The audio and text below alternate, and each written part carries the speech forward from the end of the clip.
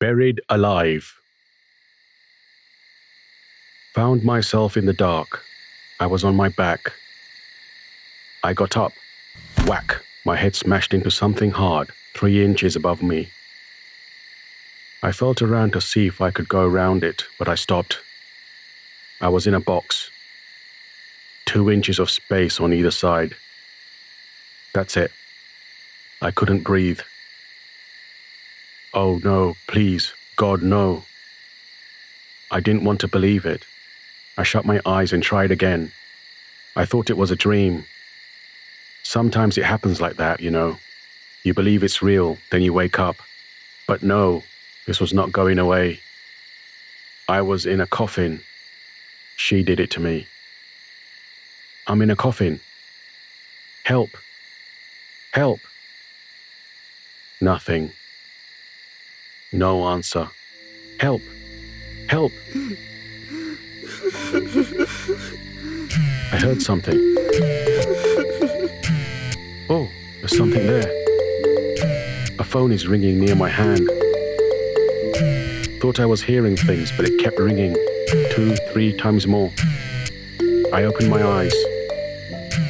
Thought they were open, but it was pitch black, so I couldn't tell. There it was.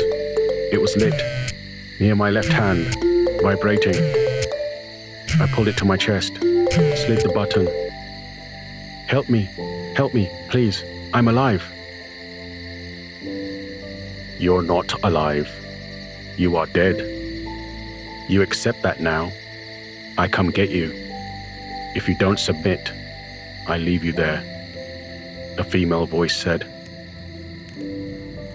Cedric, a thin Haitian, sat in the armchair opposite me. He watched the flames in the fireplace. His clothes, mucky. His face, gaunt, with a receded hairline. His eyes were unusual. A translucent grey plasma covered them completely. No irises or pupils. Cedric touched his finger to the side of his mouth. I do not remember the last time I ate, Gatekeeper, he said. He touched his lip. A chunk came off in his fingers. What is happening to me? You are reverting back to your natural state, I said. He looked at the chunk of his lip in his hand. He tossed it in the fireplace. It disintegrated before even reaching the flames. Look what she did to me. Cedric reached to wipe his eyes but thought better of it.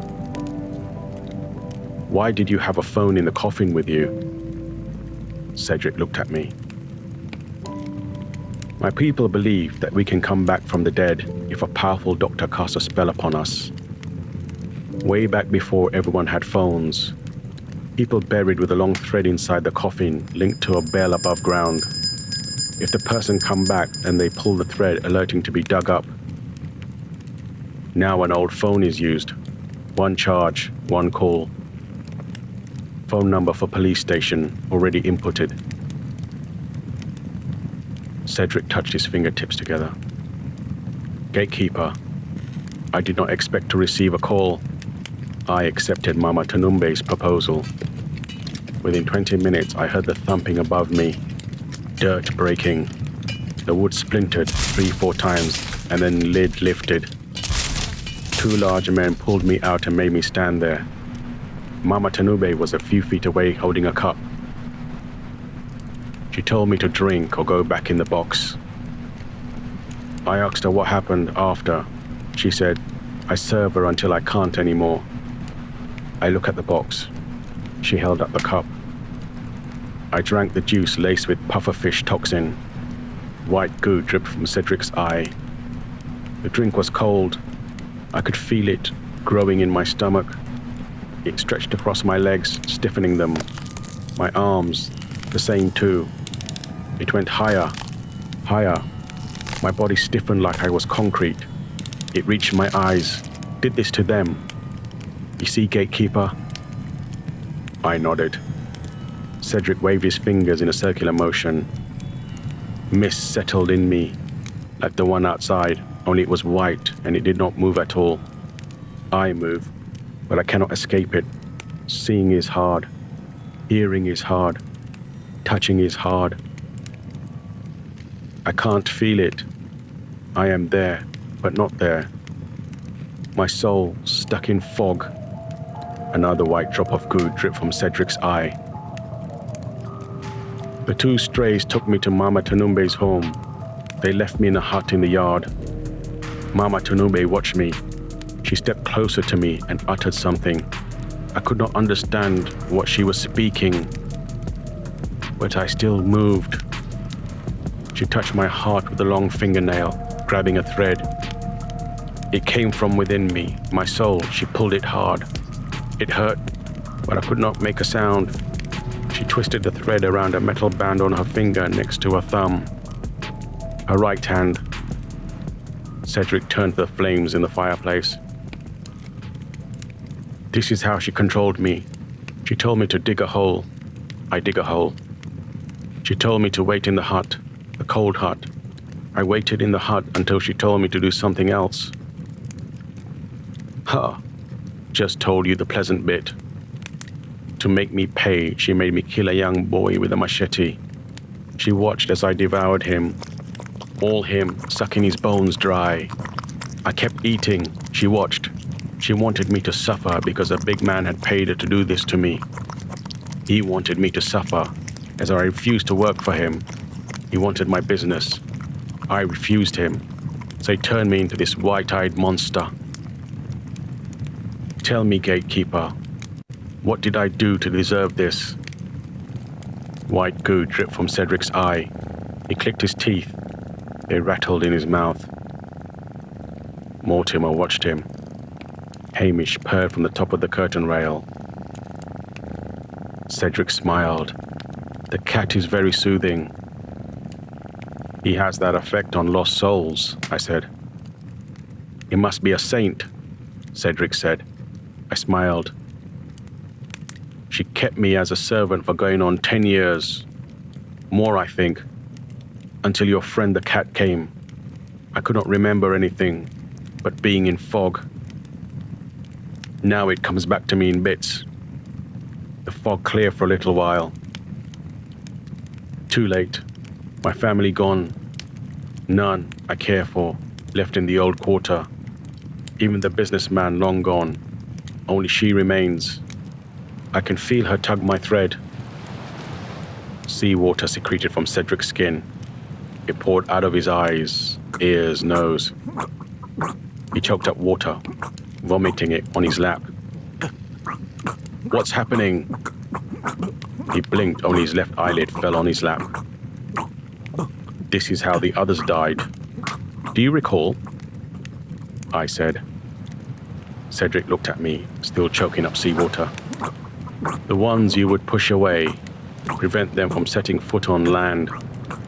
The rafts were packed with people from another nation, but you refused them assistance. They can't stay with us. That is what my boss said, Cedric said. I'm just doing my job. I shook my head. Several of those rafts you prevented from coming ashore capsized. Children drowned along with their mothers, brothers, fathers, and sisters. Cedric convulsed as if he was drowning each time after he vomited seawater.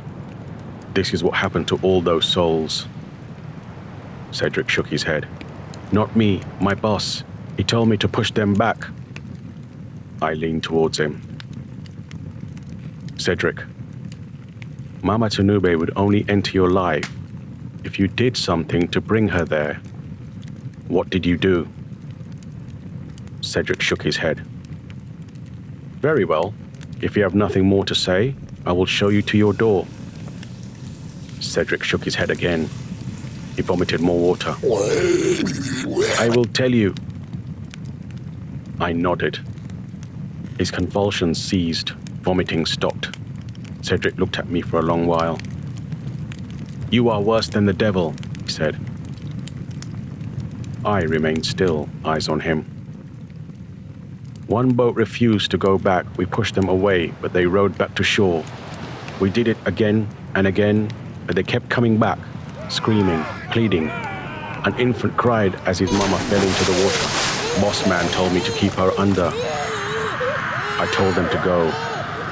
They would not listen, so I grabbed her head and kept it under. She struggled. Man in the boat attacked me, so I shot one. His head came off easily. He was that close to me. I grabbed another and held his head underwater. Boss man ordered others to surround the boat with guns. The woman had stopped struggling. I released her and she floated away. The man fight, but I was too much for him. He calmed too. He floated away. Then, gatekeeper. Boss man looked at me and nodded. I grabbed the infant and pulled him into the water. After a while, he floated away. I grabbed a man, then a woman, then another woman, a young girl. One by one, I dragged them into the water and held them there until they stopped struggling. Soon all them floated away. Other boats coming to shore saw them, and they went back. All them went back, leaving our home to us, as it should be. Boss man said I could keep the boat, so I dragged it onto the beach. I worked for him for years, and he got Mama Tanumbe to do this to me. See how I've been treated, gatekeeper? Cedric looked at Mortimer, kept his eyes on him. Cedric's features had all rotten away. All that remained was skin on a skull. His mouth black, like tar, his teeth gone. Gums receded. Mortimer got up and left the room, walking straight across the hall into the waiting room. Which was worse for you, the drowning or the coffin? You did the drowning to me. I will not forget that. Cedric looked at me. I kept my gaze on him. To answer, the coffin much worse. It brings fog. I do not control. Mama Tanumbe took my thread. I am lost. I did not make you drown, Cedric. That was the work of others. If you have nothing to add, let me show you to your door. One more thing, gatekeeper. I work for Boss Man. This is his doing. He should pay, not I. I stood up. Please come with me. Cedric remained seated. This is not a wise choice, I said. Leave him to me, gatekeeper. A slender Haitian woman in traditional attire stood at the doorway, Mortimer beside her. Gatekeeper, thank you for permitting me entrance to your home. She smiled, beautiful and fierce at the same time. Mama Tanumbe, I said as I touched my heart and gave her a gentle bow. Cedric backed up against the wall next to the fireplace. You let her in here? He said. Come, Cedric. We should return home, and you to your coffin. Cedric, mouth open, bleeding black goo. Please, gatekeeper, she will never let me go. I cannot intervene in this matter. Mama Tanumbe was not summoned by me, rather by those who cried out to her when you held them underwater. As I told you before, Cedric, if Mama Tanumbe enters your life, you did something to bring her there. Mama Tanumbe weaved her fingers slowly as if holding a small ball.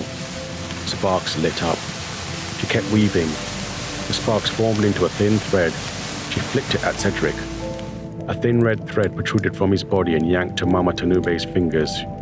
She kept rolling them. Slowly, Cedric walked to her. You are mine, Mama Tanumbe said. She looked at me and gave me a gentle bow. I will leave you now. Thank you. Others would have kept him for themselves, she said. That is not how my house works. Mortimer will escort you out.